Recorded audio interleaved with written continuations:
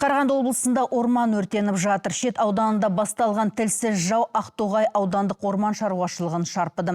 Қызыл жалынан 150 гектар аумақ күлге айналған.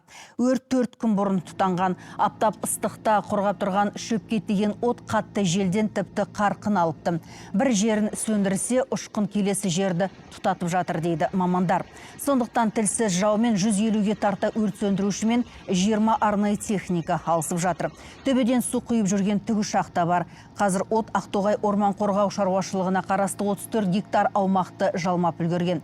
Жалпы өрт шарпыған аумақтың 120 гектары сөндірілген.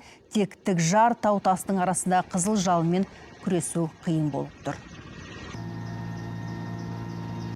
Өрт сөндіру қураған ағаштың көптігімен, күрделі таулы жермен, құбылмалы желмен, су көздерінің алыстығымен қиындады.